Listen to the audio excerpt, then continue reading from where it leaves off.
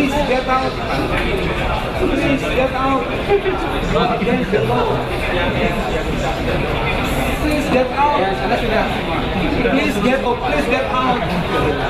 Daripada disebut tidak tahu sopan, harus keluar. Ini kan yang di loading adalah barang bukti kami. Kok tiba-tiba ada penyusup masuk? Setelah ditanya, dia orang dari kuasa hukum dari termohon KPU dan dia foto-foto. Makanya tadi saya tanya, Anda punya izinnya? Ini jawaban aja. Yang izinkan tuh kan yang tadi barang-barang yang tadi ditunjukkan. Dia masuk ke sini. Maksud saya, kelakuan lawyers bukan sekedar profesional tapi harus punya etik.